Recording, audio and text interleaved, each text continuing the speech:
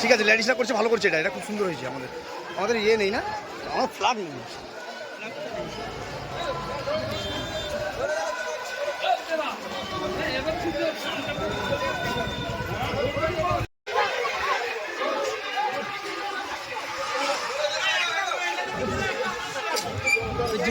যেখানে সামনে চলছে পুরো পিছন থেকে তারা হবে।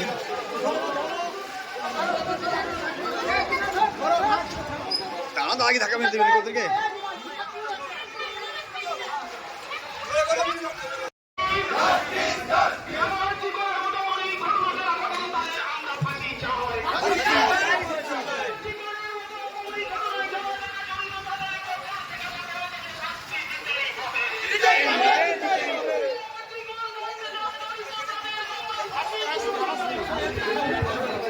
আমাদের অনেক নেতৃত্ব যে সবার নাম বলতে পারবো না, আমি সবাইকে সাধুবাদ জানাই।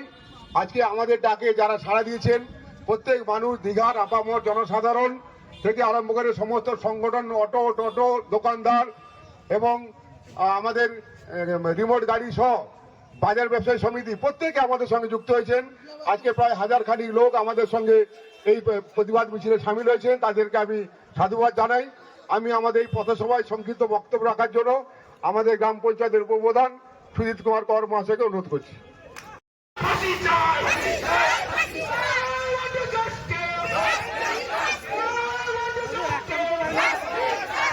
হ্যাঁ বৈদা,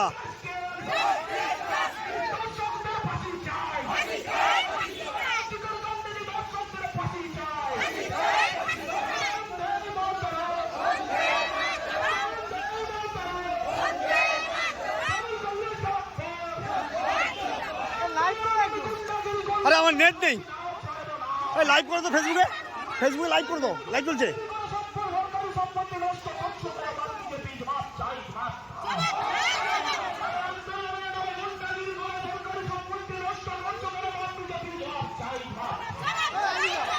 আজকে সারা ভারতবর্ষ, সারা পশ্চিমবাংলা জুড়ে একটা আন্দোলন চলছে, প্রতিবাদ চলছে, কোথাও মৌনভাবে চলছে, কোথাও বা প্রকাশ্য মাইক নিয়ে চলছে।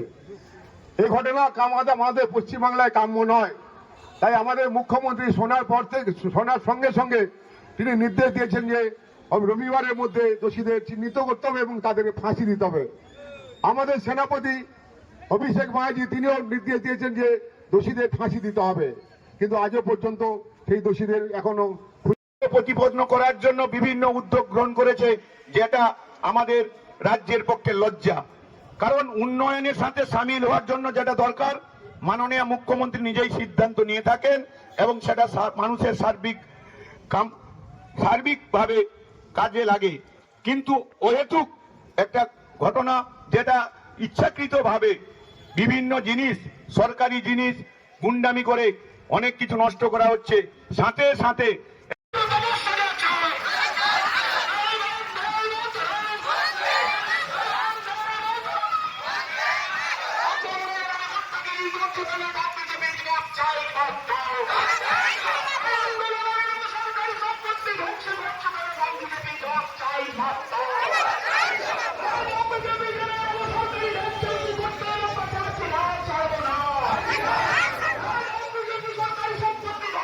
পথসভা আয়োজন করা হয়েছিল, তার মুখ্য ভূমিকা ছিলেন পদিমা 2 গ্রাম পঞ্চায়েতের প্রধান, আমাদের এই এলাকার তৃণমূল কংগ্রেসের নেতৃত্ব আমাদের সুশান্ত পাত্র মহাশয়। গতকাল ওনার নির্দেশক্রমে আমরা প্রত্যেকটা গ্রাম সভায় আয়োজন করেছি এবং বিশেষ করে সাধারণ মানুষ থেকে দীঘায় যে সংগঠনগুলি রয়েছে প্রত্যেকের অংশগ্রহণ কিন্তু চোখে পড়ার মতো। প্রত্যেকে আমার ব্যক্তিগত এবং পদিমা 2 তৃণমূল কংগ্রেসের পক্ষ থেকে যথাযোগ্য স্থানে শ্রদ্ধা, ভালোবাসা, নমস্কার জ্ঞাপন করছি। মাননীয় মুখ্যমন্ত্রী মমতা ব্যানার্জির নির্দেশক্রমে সারা রাজ্যে আরজিকর কাণ্ডের ঘটনার যে প্রতিবাদ সভা গতকাল থেকে চালু হয়েছে, এটা চলবে যতক্ষণ পর্যন্ত এই ধর্ষণ খুনির শাস্তি না হচ্ছে। মাননীয় মুখ্যমন্ত্রী প্রথম দিন থেকে সুচারুরূপে এই ব্যাপারটা নিয়ে সমস্ত দিক চিন্তা ভাবনা করে দোষীদের শাস্তি দেওয়ার, ফাঁসি চাই, এই আন্দোলন কিন্তু কোনো মুখ্যমন্ত্রী কোনো রাজ্যে পারেনি। একমাত্র মাননীয় মুখ্যমন্ত্রী যে সিদ্ধান্তটা নিয়েছে এটা নজিরবিহীন সিদ্ধান্ত। এই জন্য আমরা মাননীয় মুখ্যমন্ত্রীকে অসংখ্য অসংখ্য ধন্যবাদ জ্ঞাপন করছি। এবং এই ঘটনার পরিপ্রেক্ষিতে বিরোধী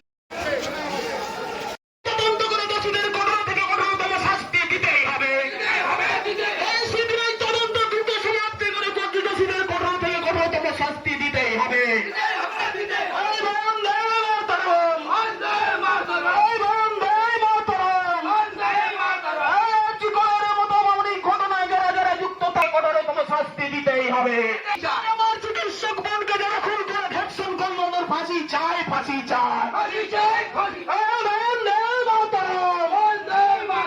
তথ্য প্রমাণ লোপাটের জন্য অন্ধকারে আজিকার সরকারি সম্পত্তি নষ্ট করলে কোনো বিজেপির দালাল